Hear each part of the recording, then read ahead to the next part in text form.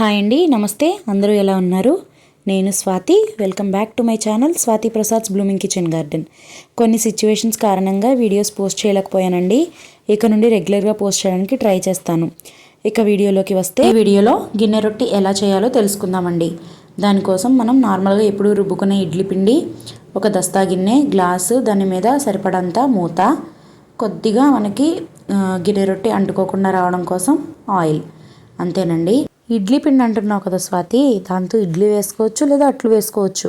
ఇలా ఎందుకు గిన్నె రొట్టె వేసుకోమంటున్నాను అని ఆలోచిస్తున్నారా? మనం ఇడ్లీ వేసుకుంటే ఎంతమందికి వస్తుంది? మ్యాక్సిమం నలుగురికి వస్తుంది. నలుగురు తింటారు, అంతే కదండి. అలా కాదు అట్లు వేసుకుంటే ఒక్కొక్క అట్టు కాలే వరకు మనం స్టవ్ దగ్గరే ఉండాలి. అది ఒక 10 మంది ఒకవేళ మన ఇంటికి ఒక్కసారే వచ్చారనుకోండి, మనం ఒకటేసారి టిఫిన్ పెట్టాలంటే అట్లు వేసి టిఫిన్ పెట్టేసరికి చాలా టైం పడుతుంది. సో అలాంటి టైంలో ఇది బాగా యూజ్ అవుతుందండి. మనం ఇలా ఒక్కటేసారి గిన్నె రొట్టెని మనం 2 స్టవ్స్ మీద పెట్టుకున్నామంటే ఈజీగా ఒకేసారి 10 to 15 మెంబర్స్కి వచ్చేస్తుందండి. 10 to 15 మెంబర్స్ వరకు ఒకేసారి హ్యాపీగా తింటూ ఎంజాయ్ చేయొచ్చు.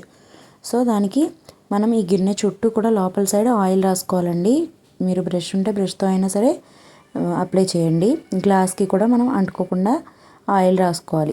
గ్లాస్లో 1/2 వంతు వాటర్ని వేసుకుని చుట్టూ పిండి కూడా వాటర్ ఎక్కడ వరకు దాకా ఉన్నాయో అక్కడి వరకు వేసుకోవడానికి ట్రై చేయండి.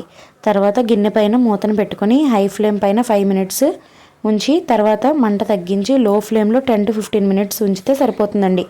మనం ఇడ్లీ చెక్ చేసుకున్నట్టే టచ్ చేసి చూస్తే తెలిసిపోతుంది, లేదా నైఫ్ని గుచ్చి చూస్తే అంటుకోకపోతే రెడీ అయిపోయినట్టే. చుట్టూ కూడా చూసారా, చాలా ఈజీగా ఊడొచ్చేస్తుంది. ఈ టైంలో మనం స్టవ్ ఆఫ్ చేసుకొని 5 minutes పక్కన పెట్టుకొని తర్వాత డీమౌల్డ్ చేసుకోవాలి. ఇలా మనం వేరే ఒక ప్లేట్లోకి డీమౌల్డ్ చేసుకుంటే గిన్నె రొట్టెలు రెడీ అయిపోయినట్టే. ఇది ఏ చట్నీలోకైనా సరే చాలా బాగుంటుందండి. పల్లి చట్నీ, కొబ్బరి చట్నీ, టొమాటో లేదా ఏదైనా బాగుంటుంది. ఆవగా అయితే ఇంకా చాలా బాగుంటుందండి, సూపర్ ఉంటుంది. మనం దీన్ని ఇలా ముక్కలుగా కట్ చేసేసుకోవాలి. కట్ చేసేసుకొని ఒక్కొక్క ముక్క పెట్టుకొని చక్కగా చట్నీ వేసుకొని తినేస్తే సూపర్ ఉంటుంది. ఈజీగా 10 to 15 మెంబర్స్కి వచ్చేస్తుందండి. ఇది చాలా మనం పెద్దగా వేసుకున్నాం కదా, 10 to 15 మెంబర్స్కి ఈజీగా వచ్చేస్తుంది. సో అంతేనండి, గిన్నె రొట్టి రెడీ అయిపోయింది. వీడియో నచ్చితే ప్లీజ్ లైక్ చేయండి, షేర్ చేసి కమెంట్ కూడా చేయండి. నా ఛానల్ని సబ్స్క్రైబ్ చేసుకొని నన్ను సపోర్ట్ చేయండి. థ్యాంక్స్ ఫర్ వాచింగ్ అండి. బాయ్.